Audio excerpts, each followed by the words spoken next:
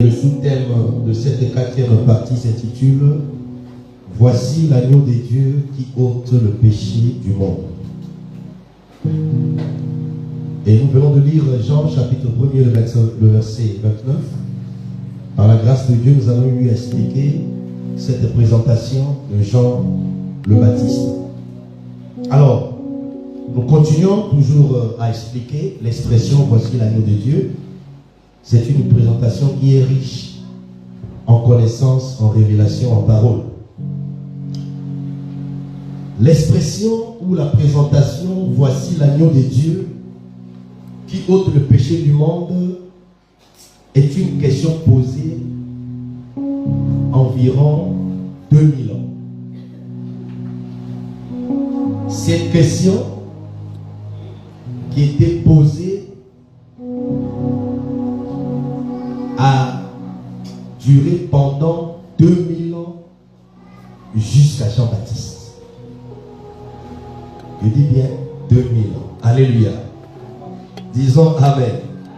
2000 ans jusqu'à Jean-Baptiste. Et c'est Isaac qui posa la question à son père Abraham. Où est l'agneau pour l'holocauste ou encore le sacrifice? Le mot holocauste signifie sacrifice entièrement consumé par le feu.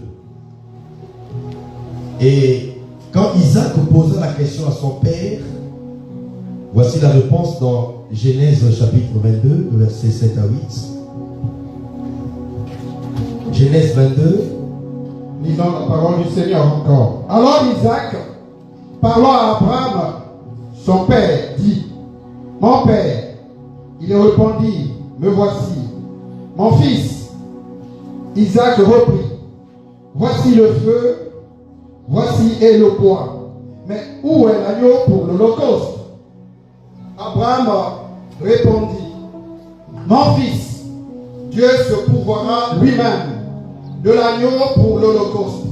Et ils marchèrent tous les deux ensemble. Disons Amen. La réponse d'Abraham était une réponse inspirée. Vous savez, quand on reçoit l'inspiration, on ne réfléchit pas. C'est Dieu qui insuffle dans la pensée de l'homme ou dans l'esprit de l'homme. C'était une question qui n'était pas facile pour Abraham. C'était une question difficile parce que Abraham était conscient que l'offrande du sacrifice était Isaac son fils. Et c'est ce que Dieu lui avait demandé. Alléluia. Il aurait pu dire: c'est toi le sacrifice. Alors, Dieu jouait-il avec Abraham? Non. Quand vous lisez Genèse, au départ, on dit Dieu a mis Abraham à l'épreuve. Donc, dans la pensée de Dieu, ce n'était pas que Abraham puisse offrir son fils Isaac. Mais c'était une épreuve. Une épreuve, c'est un test. Dieu teste notre amour pour lui. Dieu teste notre foi pour lui. Après avoir déclaré les paroles. J'aime Dieu. Je crains Dieu. Dieu nous écoute. Mais après, Dieu nous met à l'épreuve. Disons Amen. Donc, sa réponse était inspirée, mais c'était une réponse prophétique. Quand on dit ce prophétique, c'est-à-dire, c'est ce qui annonce ce qui va arriver. Il dit: Dieu se pourvoira lui-même.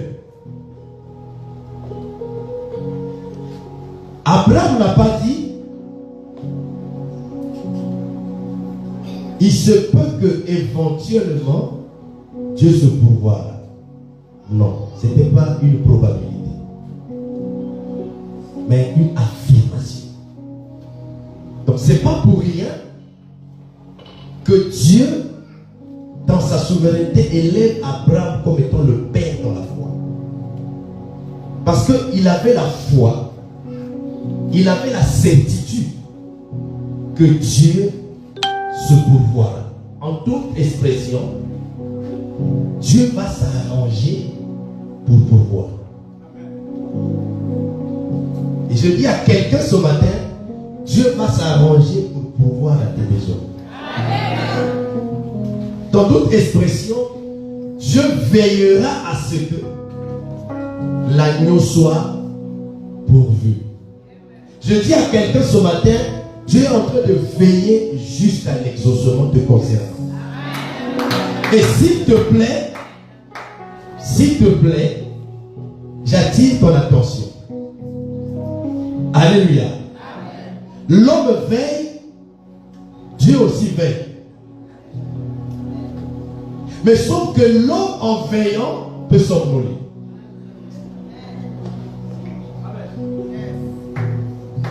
Alléluia.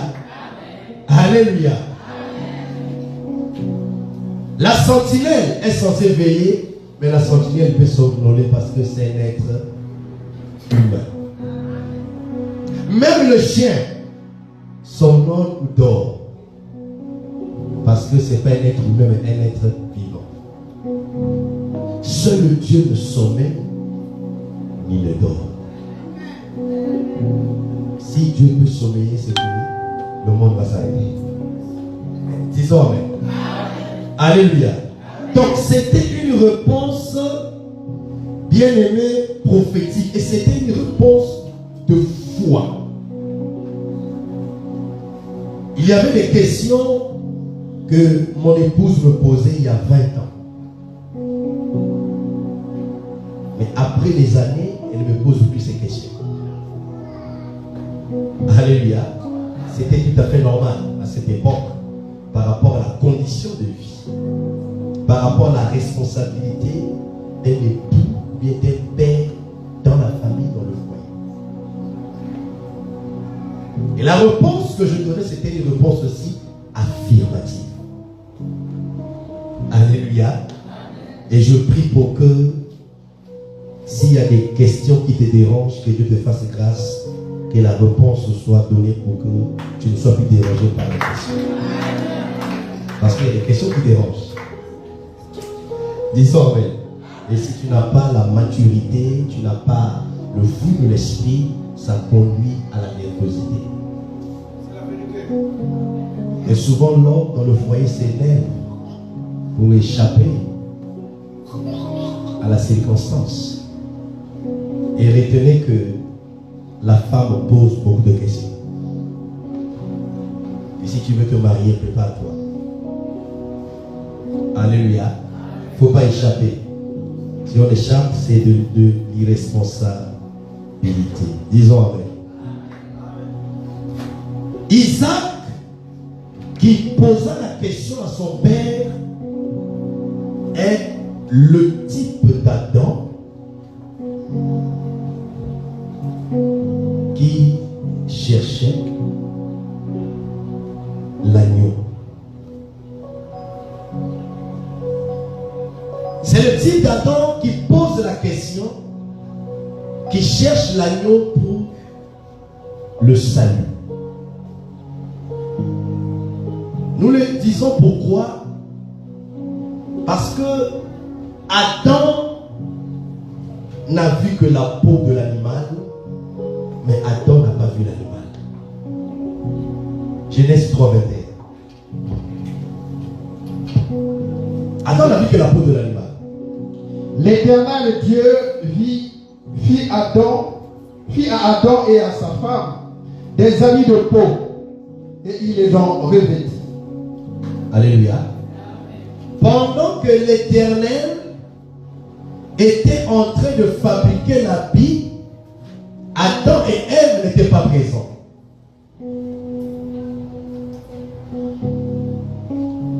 Ils pouvaient aussi être présents parce que l'Éternel est dans les cieux. Il prend la résolution de venir vêtir Adam sur la terre. Donc il fait le déplacement. Il quitte l'éternité, il rentre dans le temps chercher un animal. Certainement, Dieu avait tué cet animal.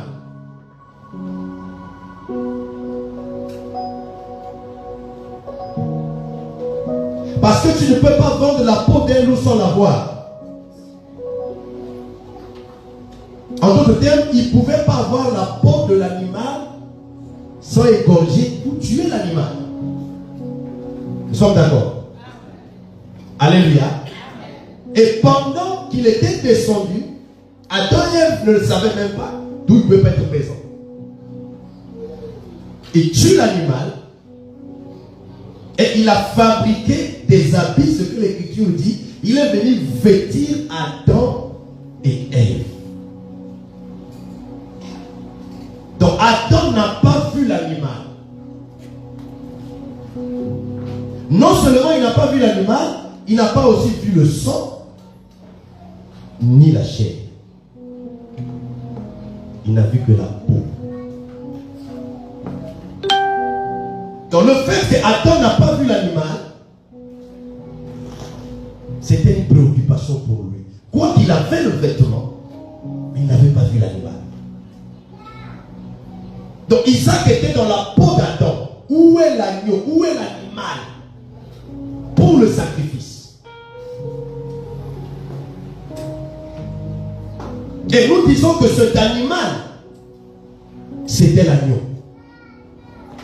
Mais quand vous lisez Genèse, chapitre 1 au chapitre 50, vous ne verrez pas où il y a une écriture qui dit que cet animal était l'agneau.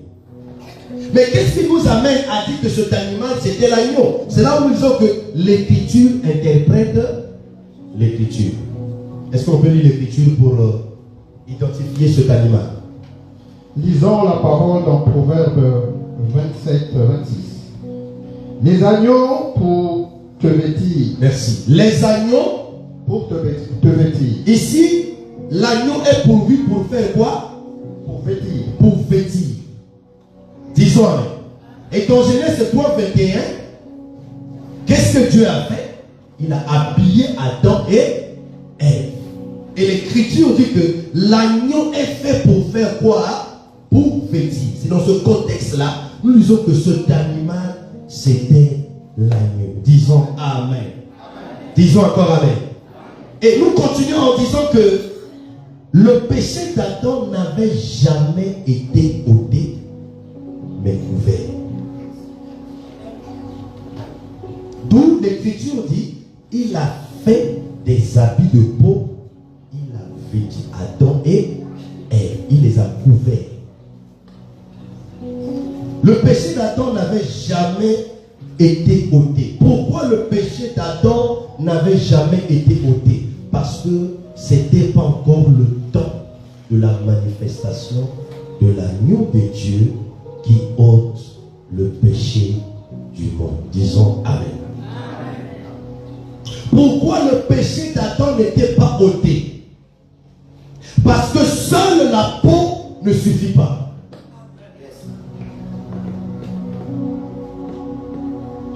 Alléluia. Seule la peau qui peut symboliser le corps de Jésus dans la chair ne suffit pas.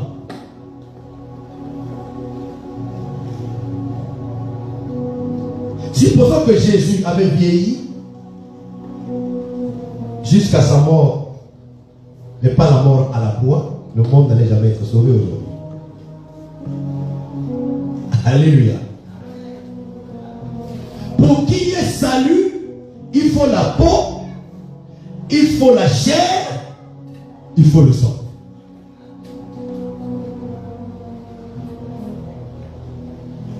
Donc le péché d'Adam était couvert. Quand je vois Adam, je vois l'humanité entière.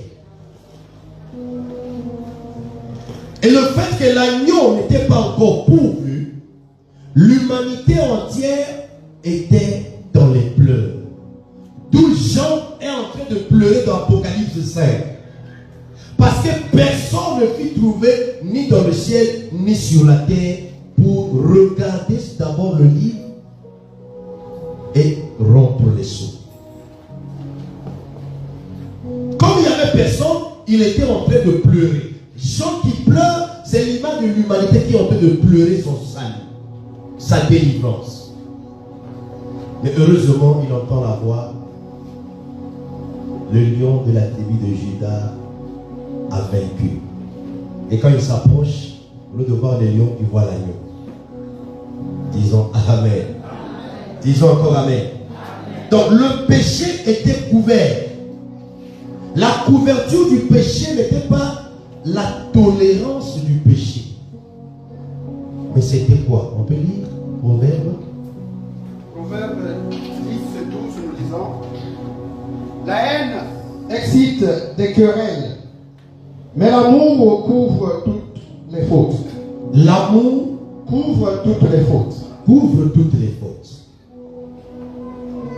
Donc le fait que Dieu était descendu, entré dans le temple, a tué un animal pour habiller, pour les couvrir, c'était l'expression de son amour.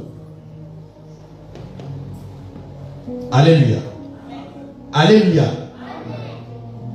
Ce n'était pas une tolérance du péché, parce que tu ne peux jamais tolérer le péché. Mais c'était l'expression de l'amour de Dieu. C'est pour dire qu'il peut y arriver dans l'église, dans le sacerdoce, où un serviteur, une servante accuse une certaine faiblesse. On doit couvrir cette faute, pas dans le sens d'encourager la personne à s'enfoncer dans le péché, mais exprimer l'amour pour que la personne soit délivrée totalement dans la suite des temps. Parce qu'il y en a ceux qui tombent, qui ne vont plus jamais se relever. Il y en a ceux qui tombent, mais qui vont se relever.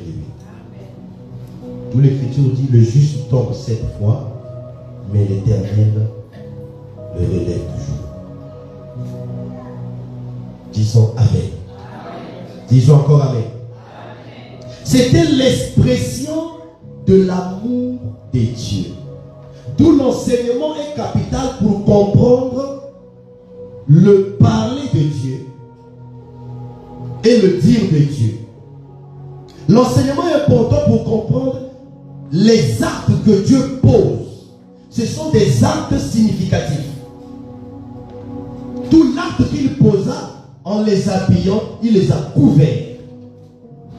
Parce que le temps marqué n'était pas encore manifesté pour que le péché soit ôté. Voilà pourquoi dans l'exercice du sacerdoce de la loi mosaïque, on aspergeait le sang sûr. Mais aujourd'hui, le sang ne joue pas seulement un rôle sûr, mais le sang joue un rôle aussi à l'intérieur. On peut lire ce que nous venons de dire, l'aspersion du sang. Lisons la parole dans le livre de Lévitique, 16e chapitre, les versets 14 à 15. Il prendra du sang du taureau et il fera l'aspersion avec son doigt sur le devant du propitiatoire vers l'Orient. Il fera avec son doigt 7 fois l'aspersion du sang devant le propitiatoire. Il égorgera le bouc expiatoire pour le peuple et il emportera le sang au-delà du voile.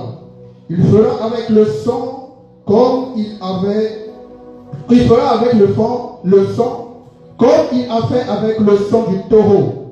Il en fera l'aspersion sur le propitiatoire et devant le propitiatoire. Disons Amen. Ici, c'est le souverain sacrificateur qui est censé officier en faveur du peuple.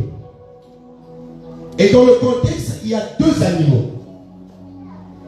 Le premier, c'est le taureau. Le deuxième, c'est le bouc. Il commence son service dans le parvis jusqu'au Saint des Saints. Quand il finit le service dans le parvis, c'est-à-dire offrir la chair de l'animal sur l'autel, il doit aller dans le Saint des Saints. Il va prendre son doigt qu'il va tremper dans le sang de l'animal et faire l'aspersion sur et devant le propitiatoire. Mais s'il vous plaît, pas en Occident, à l'ouest, non. Pas au septentrion, au nord, non. Pas à midi, pas à midi comme heure, mais comme l'un des 4 points cardinaux, le sud. Mais on doit le faire à l'orient, l'est. Donc retenez, le sacrificateur prend son doigt, il trempe dans le sang pour faire l'aspersion. Et il fera l'aspersion sur le propitiatoire, c'est-à-dire le propitiatoire n'est autre que le couvercle de l'arche. L'arche avait un couvercle. Parce qu'à l'intérieur de l'arche, il y a 3 éléments. Les 2 tables de la loi, la verge fleurie d'Aaron et la manne cachée. Mais comme c'était un mystère, il fallait couvrir ça. C'est ce couvercle-là qu'on appelait le propitiatoire. Donc quand il trempe son sang, il va faire l'aspersion 7 fois sur le couvercle. Que signifie le propitiatoire? Ça signifie le lieu de miséricorde. Donc c'était tout un trône. Mais ce trône-là était caché dans l'ombre. Parce que dans le Saint des Saints, c'était les ténèbres, c'était l'obscurité. Pourquoi il doit faire l'aspersion à l'Orient? Parce que le pardon viendra de l'Orient. La miséricorde viendra de l'Orient. L'Orient, c'est le côté géographique où le soleil s'élève. Pour mettre fin à la nuit. La nuit, c'est les ténèbres, c'est les péchés. Parce que le sacrificateur partait faire l'aspersion à cause des fautes des multiples péchés du peuple. Mais comme ce n'était pas encore le temps pour que le péché soit ôté, on faisait l'aspersion. Mais l'aspersion doit se faire à 7 reprises. Or, le 7, c'est la perfection. Pour dire qu'un temps viendra, un moment viendra où l'homme sera parfaitement délivré, parfaitement pardonné, parfaitement sauvé. Mais la perfection viendra toujours de l'Orient. Pourquoi l'Orient? L'Orient, c'est l'endroit où la tribu de Juda était placée devant le tabernacle. Or, c'est dans la tribu de Juda que sortira le Sauveur.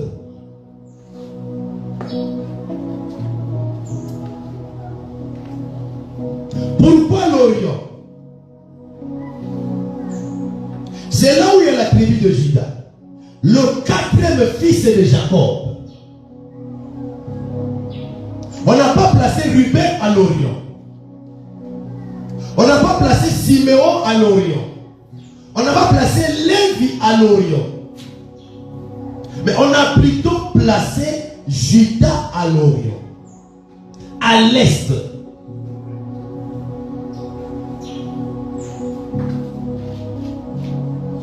Pourquoi l'Orient? Parce que c'est là où il y avait eu la chute. Parce que le jardin d'Éden était placé à l'Orient.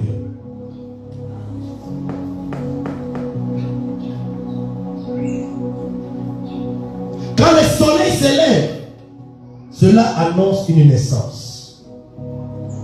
La naissance de Jésus. Disons Amen. Et tout ce que le souverain sacrificateur faisait, à l'époque, c'était cérémoniel. C'était des rituels qui annonçaient la réalité à venir au temps marqué par la manifestation de l'agneau.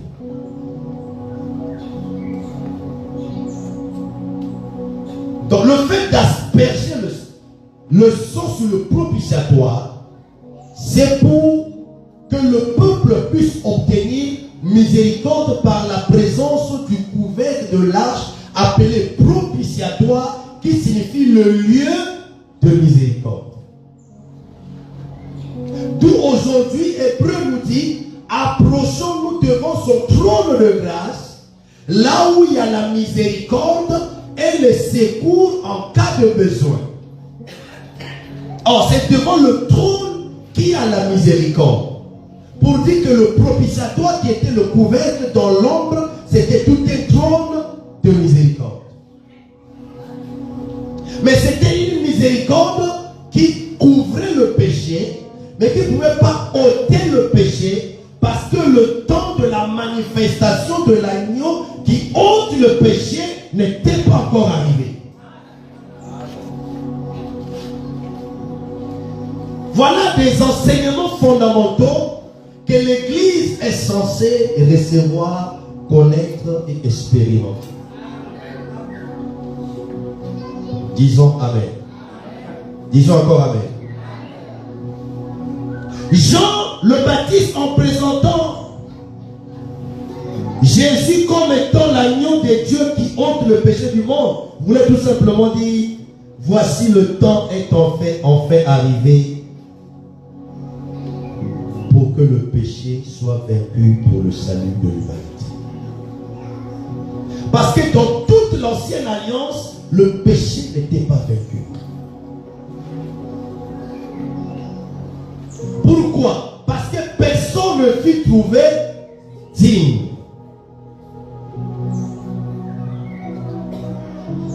Ruben n'était pas digne.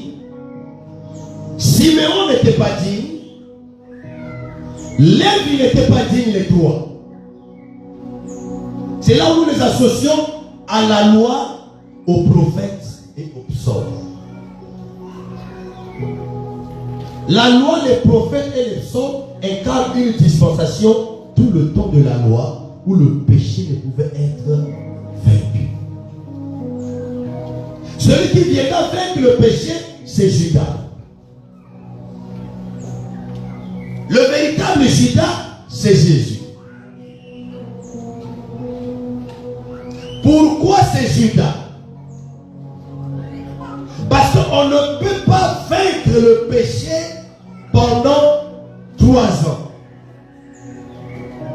Ou pendant les 3 temps.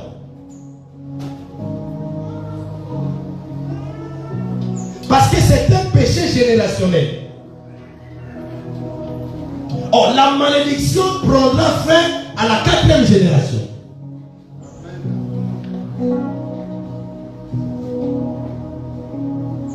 Voilà pourquoi pendant 3 ans, le figuier n'a pas pu donner du fruit. Parce qu'il était stérile. Mais le vigneron dit au propriétaire qui est venu pour arracher le figuier, c'est-à-dire juger le figuier, il dit laisse-lui encore 1 année. L'arbre a fait 3 ans, n'a pas produit. Mais l'arbre était censé produire. Mais le propriétaire dit que non, l'arbre occupe la terre inutilement. Nous ne sommes pas placés sur la terre pour être inutiles, mais pour être utiles. Et je prie pour que Dieu puisse te rendre utile au nom de Jésus-Christ. Sois utile pour ta famille. Sois utile pour ta nation. Pour ton entreprise, pour ton quartier. Sois utile pour ton église. Sois utile pour la cause du royaume de Dieu. N'occupe pas la terre inutilement. Voilà pourquoi ce message vient encore pour t'accorder une grâce. Il n'a pas dit accorde-lui encore 2 ans, 6 mois. Il dit 1 année. C'est une parabole. La parabole, c'est une vérité cachée. Le 1 année là, c'est pas 365 jours dans la prophétie. Dans la connaissance, c'est 365 jours. Mais dans la prophétie, c'est toute une dispensation du temps de la grâce. Voilà pourquoi le prophète Esaïe a parlé de 1 année de grâce. Mais Jésus n'a pas prêché pendant 1 année. pas aussi vécu pendant une année. Il incarnait la grâce.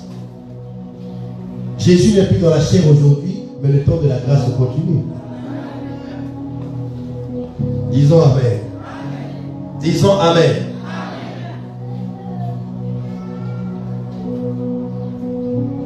Bénissons le Seigneur qui a permis à ce que nous puissions vivre dans ce temps de la grâce pour que nous ne puissions pas la fouler aux pieds. Disons Amen. Alléluia.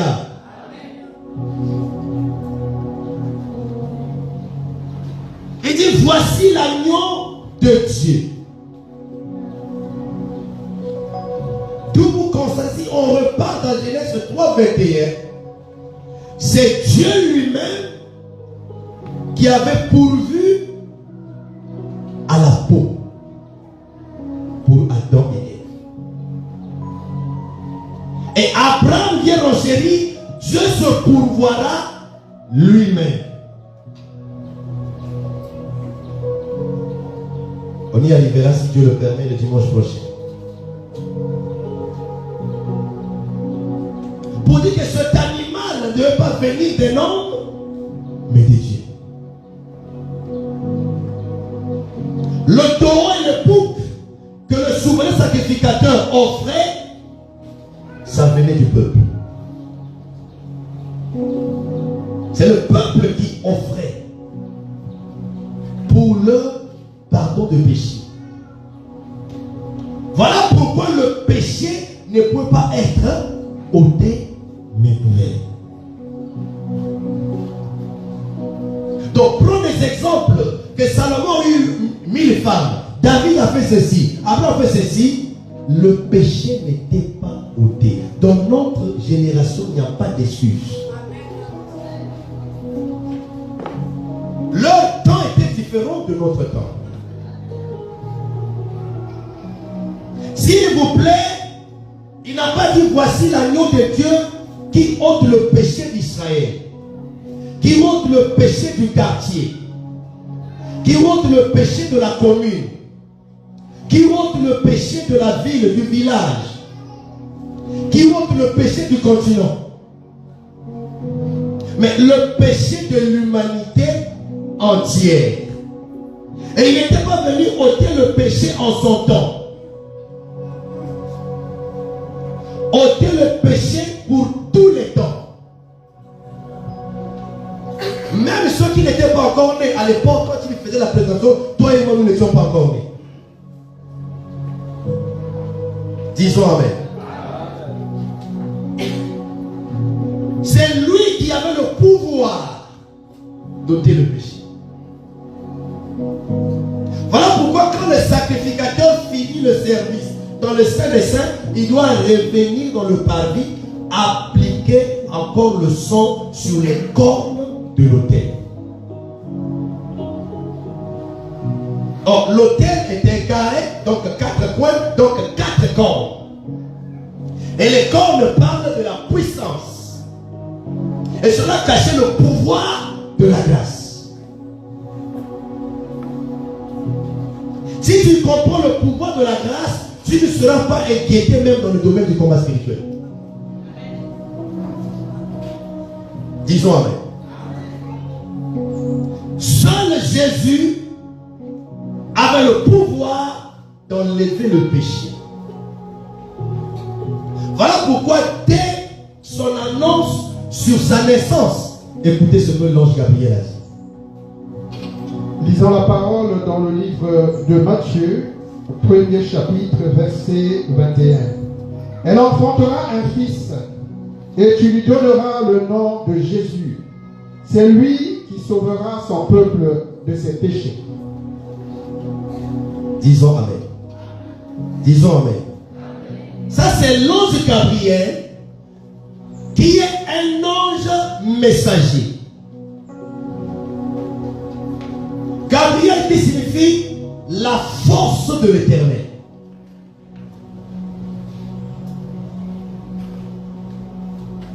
Ce n'était pas pour rien qu'il était choisi pour apporter un message puissant, parce que ça concerne le pouvoir de la grâce. Il dit l'enfant ou le fils qui naîtra de toi. On lui donnera le nom de Jésus.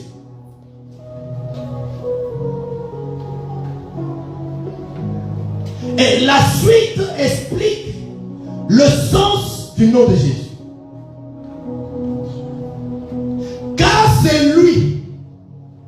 C'est lui. Je vais dire à l'église, ceux qui me suivent, c'est lui. Lui qui? Lui, Jésus. Qui sauvera pas le peuple, mais son peuple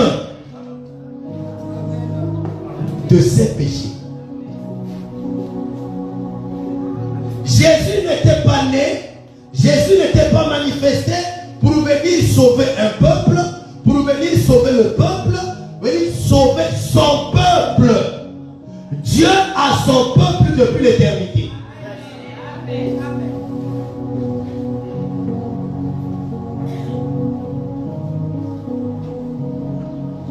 La voix du peuple qui est celle de Dieu n'est pas la voix du peuple de Dieu. La voix du peuple, c'est la voix de la démocratie des hommes. Dieu, ce n'est pas la démocratie. Dieu, c'est la théocratie. Théocratie. Théo, Dieu, cratie, centre. Il doit être au centre de tout. Même les savants, même les professeurs qui nient l'existence de Dieu, ce qui m'étonne, ils arrivent quand même à prendre notre Jésus comme une référence de l'histoire. AP ou AV et AP. Vous comprenez? AV, avant. AP, après. Il est au milieu. Il est la référence de toute l'histoire. Jésus est la vraie référence. Disons Amen. Disons Amen. S'il est ta référence, il doit être ta préférence. S'il est ta préférence, il doit être ton expérience.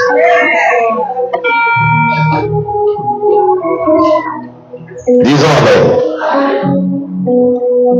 C'est lui qui sauvera son peuple de ses péchés.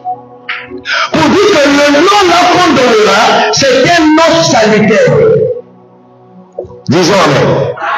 Disons encore Amen. C'est un nom salutaire.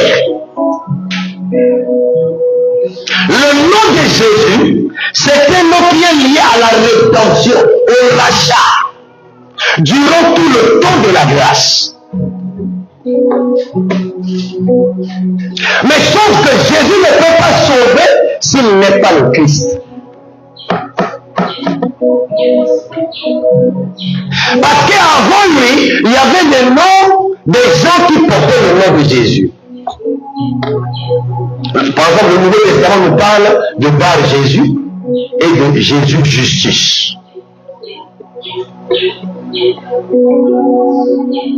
Ce nom-là était encore caché dans l'Ancien Testament. La plupart des prophètes portaient le nom caché de Jésus. La plupart des leaders portaient le nom caché de Jésus. Par exemple, Josué, Yeshua, qui signifie sauveur. Vous constatez que c'est lui qui a fait entrer Israël dans sa terre promise.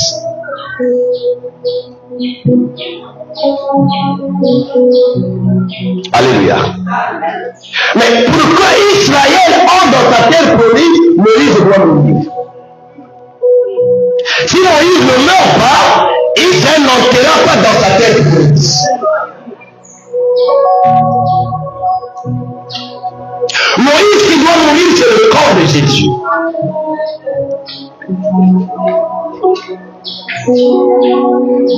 Josué, c'est l'esprit. D'où vous allez constater, quand Moïse pouvait prier et intercéder, Josué sur le champ de bataille avec l'épée. On peut dire que l'épée, c'est l'esprit. Disons Amen. Disons Amen. Donc il ne peut pas sauver s'il n'est pas le Christ. On peut lire. Nous lisons la parole dans le livre de Jean 1, 40, verset 41. Ce fut lui qui rencontra le premier son frère Simon, et il lui dit, nous avons trouvé le Messie, ce qui signifie Christ. C'est lui, Jean l'apôtre, donne le témoignage du disciple de Jean-Baptiste André. André était l'un des disciples de Jean-Baptiste. Donc, il y a eu des disciples qui ont suivi Jésus. Donc, avant de suivre Jésus, ils étaient déjà disciples de Jean-Baptiste. Parmi eux, André. Tellement que Jean le Baptiste avait bien enseigné ses disciples, et le disciple a compris sa mission, que ma mission, c'est celle d'amener les autres à Christ. Ta mission, c'est d'amener les gens à Christ. Nous assistons à beaucoup de cas de rébellion dans l'église parce que les gagneurs d'âmes amènent les gens à eux-mêmes dans l'église. Ils deviennent eux-mêmes des bergers des âmes qu'ils ont gagnées. Et quand il est frustré, il quitte l'église, s'il a gagné 20 âmes, il va avec les 20 âmes.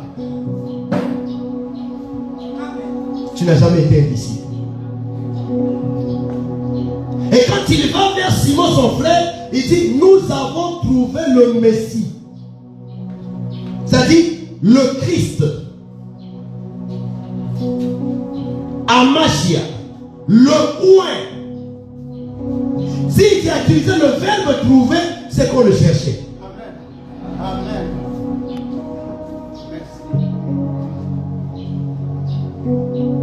Et les prophètes ont mené des investigations pour chercher le Christ.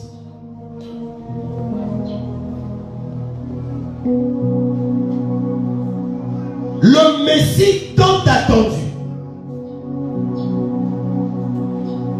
J'en y voici.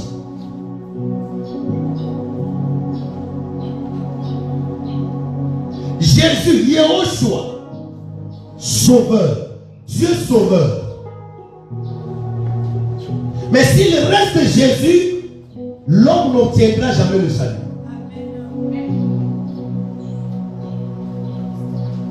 Il faut Jésus-Christ. Parce que c'est le Christ qui amène la compréhension. Moïse peut s'efforcer de parler. Si Aaron n'est pas là, le peuple ne va rien comprendre.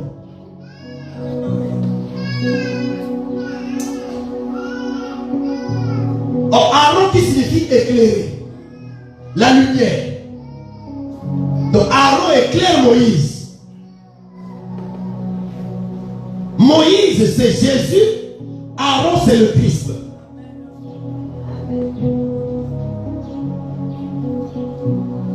Il était tellement préoccupé qu'on puisse connaître sa vraie identité. Il appelle ses disciples, il dit mais qu'est-ce que les gens pensent de moi? Tu es l'un des prophètes. Parce que son style était comme l'un des prophètes. Tu es Jérémie, parce que Jérémie n'était pas marié. Et vous, que dites-vous que je suis? Personne ne pouvait répondre. Tous les 11 qui ne pouvaient pas répondre, c'est l'image de toute l'ancienne alliance qui n'avait pas la réponse. Parce que le 11, c'est un nombre incomplet. Voilà pourquoi les apôtres ont voulu compléter l'absence de Judas.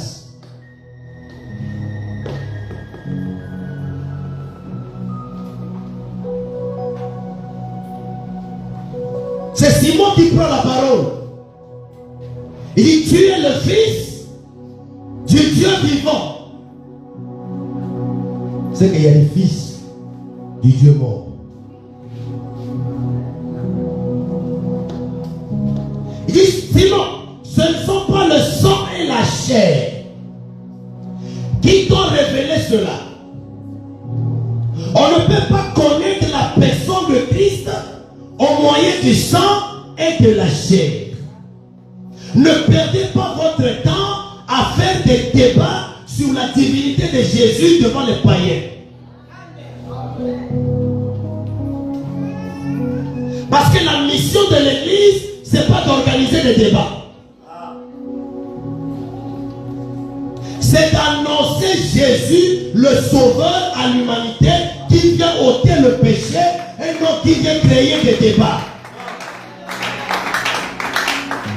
Je préfère perdre 1000 débats que je sois humilié, mais que je gagne une seule âme au Seigneur. Parce que si je gagne un débat, le ciel ne va jamais festoyer. Les gens vont m'acclamer, vont me plébisciter. Mais le ciel ne m'acclamera pas parce que j'ai gagné un débat. Mais le ciel va festoyer parce que j'ai gagné une âme. Et l'Écriture dit, celui qui gagne les âmes est sage. Recevez la sagesse pour gagner les âmes.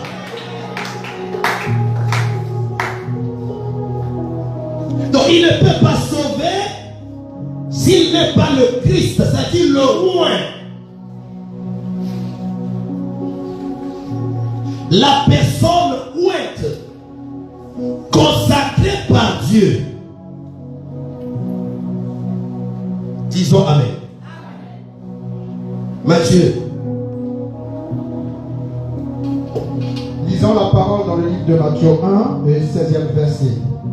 Jacob engendra Joseph, l'époux de Marie, de laquelle est né Jésus, qui est appelé Christ. Laquelle est né Jésus, qui est appelé Christ. Christ. L'ange Gabriel n'a pas dit tu lui donneras le nom de Jésus-Christ. D'abord, Christ n'est pas un nom. Christ, c'est un titre. C'est Jésus qui a un nom. Pourquoi il s'est limité sur le nom de Jésus? Parce qu'il connaissait les normes de sa mission. Il connaissait les normes du périmètre de sa mission. Si tu vas au-delà du périmètre du service, tu es en danger. Parce que le périmètre dans lequel Dieu te place, il te sécurise. Quand tu sors hors du périmètre, tu es en danger. Quand Dina est sortie hors de son périmètre, elle était en danger, elle a été violée.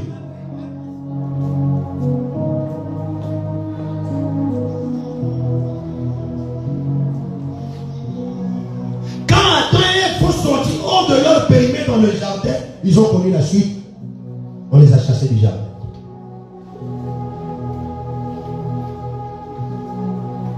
Il s'est limité sur le nom de Jésus parce qu'il sait que Christ ne passera pas par le ventre de Marie, mais Christ viendra du Père pour entrer dans le monde.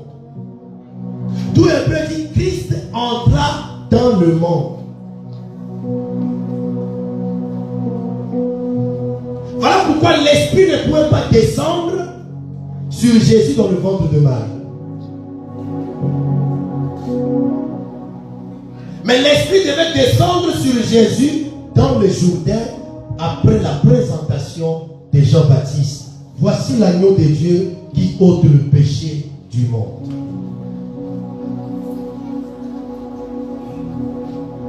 Et Jean le Baptiste devait être sûr de sa présentation. D'où celui qui l'envoyait lui donna des signes. Il dit la personne sur qui tu verras l'Esprit descendre et s'arrêter. c'est lui. Dieu n'avait jamais dit à Jean que tu verras l'esprit sous forme de colombe. Mais il dit plutôt dans Jean, la personne sur qui tu verras l'esprit descendre et s'arrêter. Or, il savait que l'esprit est invisible. Jean a les yeux physiques. Comment peut-il voir l'esprit?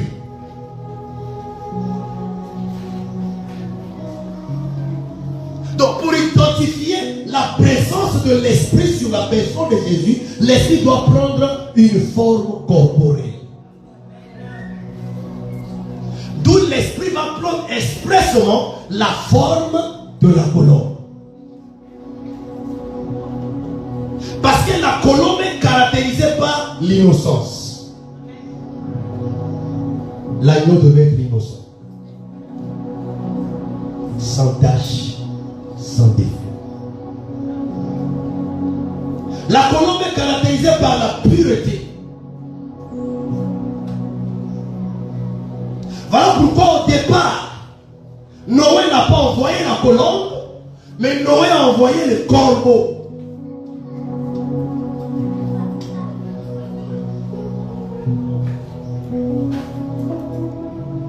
Parce qu'à l'esprit, il y avait encore des cadavres.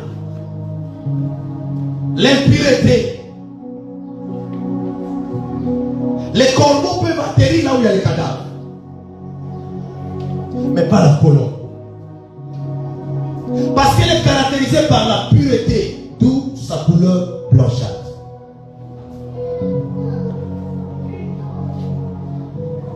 La colombe est caractérisée par la paix.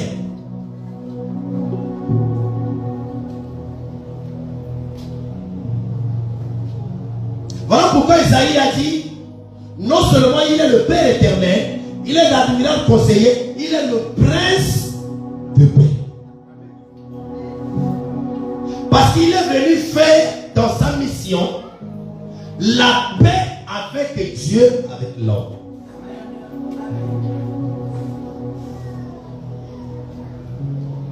La colombe est caractérisée par la douceur, le caractère. Donc Dieu ne trouvait personne qui avait le caractère de porter son onction pour sauver l'humanité. C'est ça les va-et-vient de la colombe qui ne trouvait pas un lieu où atterrir.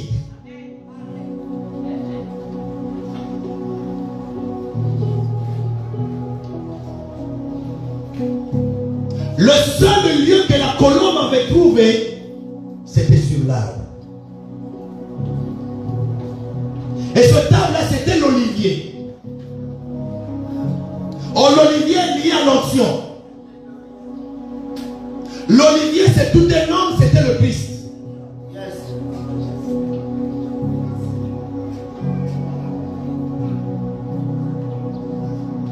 Pour confirmer que c'est l'olivier, il faut qu'il amène une preuve à Noé. Quelle était la preuve? Les feuilles de l'olivier. Le message. Parce que le monde a été détruit, il faut que le monde soit restauré. Et la restauration viendra par le message. Mais un message, point. Lui. Parce que c'est l'onction qui convainc. Quand le Saint-Esprit viendra, il convaincra le monde en ce qui concerne le péché. Le ministère du Saint-Esprit ne commence pas dans l'église. Sans salut, il n'y a pas d'église. Le Seigneur ajoutait ce qui était sauvé. Dieu nous a convaincus étant dans le monde. En quittant le monde, nous constituons l'assemblée, l'église.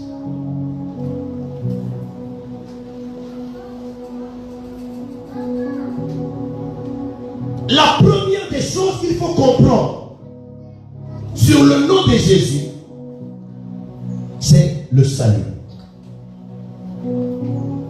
Ceux qui prennent le nom de Jésus comme étant un nom magique, Un nom de formule magique de prière, ce sont ceux-là qui ne sont pas fermés dans la foi. Dieu, pour nous amener à réaliser la valeur, le caractère sacré de ce nom, avait caché ce nom. Et quand vous voyez les 10 commandements, il est écrit que tu ne prononceras pas le nom de ton Dieu en vain.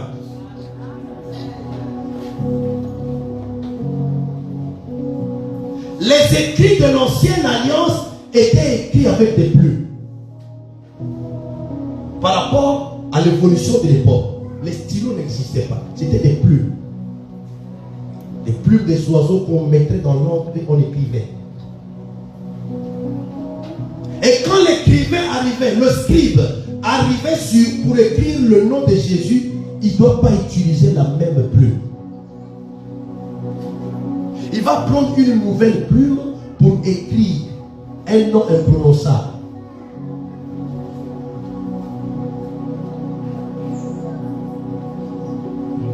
YWHY.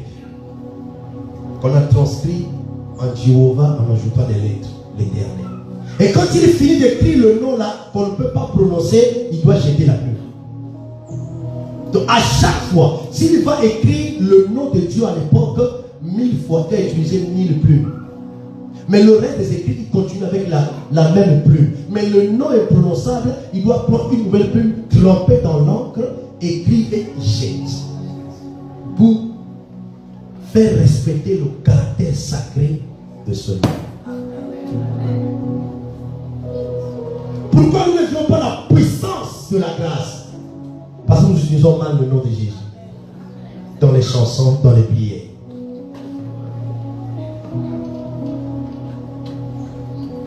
Accepteras-tu qu'on puisse citer le nom de ton père et de ta mère vainement, indignement, avec impolitesse?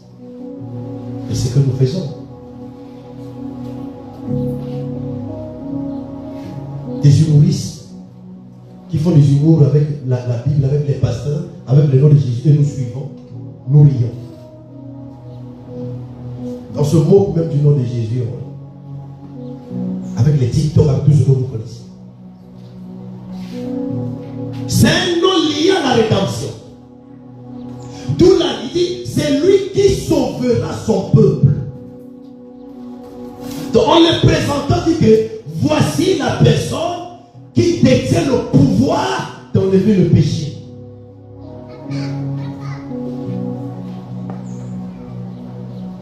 Il arrive que nous nous battons avec le péché, nous pleurons, nous gémissons. Regardons l'agneau. Notre esprit est libéré, mais au niveau de l'âme, des sentiments vers le péché nous rend captifs.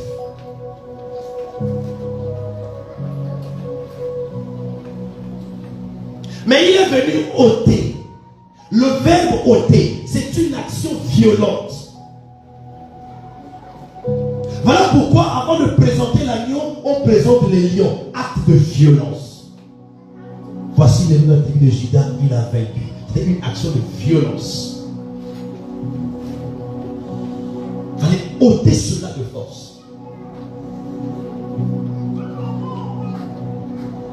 Cela révélait le pouvoir de la grâce que la loi ne pouvait pas enlever. Le nom de Jésus doit d'abord nous sauver. C'est un nom salutaire. C'est lui qui sauvera son peuple de ses péchés. D'où nous recevons la rémission des péchés par son nom.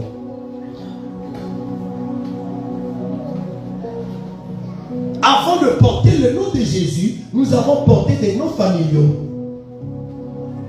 Et nous sommes restés dans nos péchés.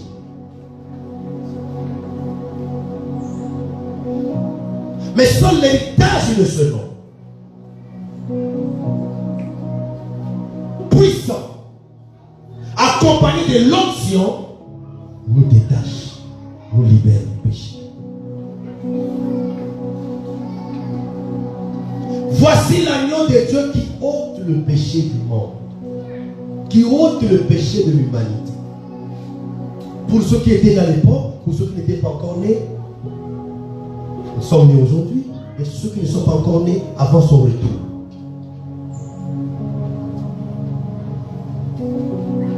C'est le seul nom qui sauve. Voilà pourquoi Paul dit aux Romains, quiconque prononcera le nom du Seigneur, invoquera le nom du Seigneur, sera sauvé. Invoquer signifie tout simplement faire appel. Parce qu'il y a des mots que les chrétiens ont peur de confesser. Quand on dit invocation, on voit déjà le mystique, dans le mauvais sens. Invoquer signifie faire appel. Ne cédons pas certainement au monde des ténèbres et nous allons rester impuissants.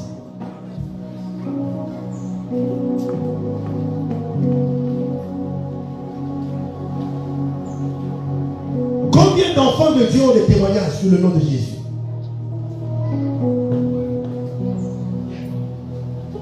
Même les sorciers, les magiciens, les ex qui témoignent disent toujours, lorsque ce nom est prononcé dans le monde des ténèbres, tout se tombe à terre. Parce qu'il est écrit, tout genou fléchira devant le nom du Seigneur.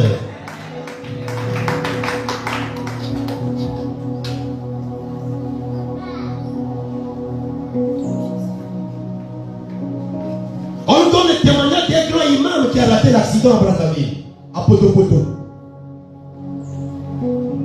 Quand il rate l'accident, il a crié Jésus. Mais c'est un musulman. Toutes les langues confessera que Jésus-Christ est Seigneur.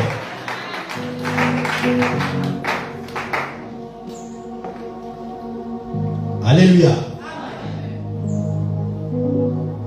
Ça ne doit pas se limiter dans l'église par nos lèvres, mais par notre style de vie.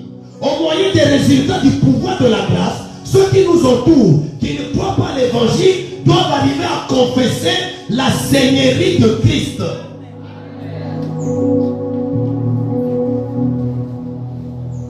Quel que soit ce qu'on peut faire contre le nom de Jésus, il restera Dieu. Voilà pourquoi, quand il expira, la Bible dit, un centenier a dit, assurément cet homme est réellement le Fils de Dieu. Qui est cet homme? Pendant qu'il est vivant, c'était ne croit pas en lui. Mais pendant qu'il meurt, on croit en lui. Qui est cet homme? Pour dire que peu importe les circonstances, on croira en lui. Quand vous suivez le film de Jésus, les autorités ecclésiastiques et politiques, après sa mort, étaient encore plus inquiets. C'est la raison pour laquelle ils ont délégué des soldats pour garder le tombeau. Écoute-moi, tout ce que l'homme prétend faire, il accomplit le dessein de Dieu sans le savoir. Il accomplit les Écritures sans le savoir. La Bible dit, il a fait de ses ennemis son marchepied.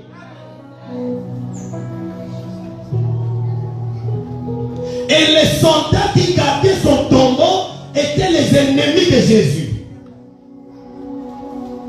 Mais avant qu'il ne sorte du tombeau, la terre trembla. Quand la terre tremble, qui peut subsister? Quand la terre tremble sous le pied, qui peut rester stable?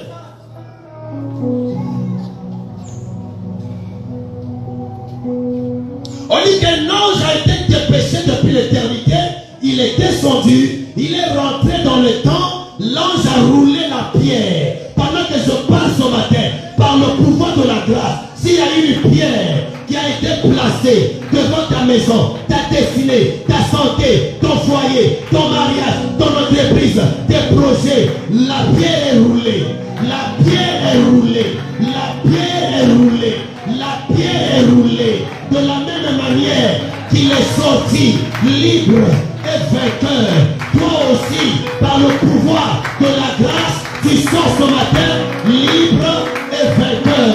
Lazare est sorti vainqueur, mais pas libre. Mais sorti libre et vainqueur. Lazare est sorti vainqueur de la mort, mais il avait encore les bandes. Mais lui, Jésus, il est sorti sans les bandes. Et ce matin, je déclare, par les pouvoirs de la grâce, si tu as été condamné, tu as été lié, que les liens tombent, que les bandes soient déroulées, que le pouvoir de la grâce te fasse sortir libre et vainqueur. Église, voici l'agneau de Dieu qui ôte le péché. Quand il ôte le péché, il ôte les liens. Quand il ôte le péché, il ôte la condamnation. Quand il ôte le péché, il ôte la maladie. Quand il ôte le péché, il ôte le blocage. Quand il ôte le péché, il ôte la misère.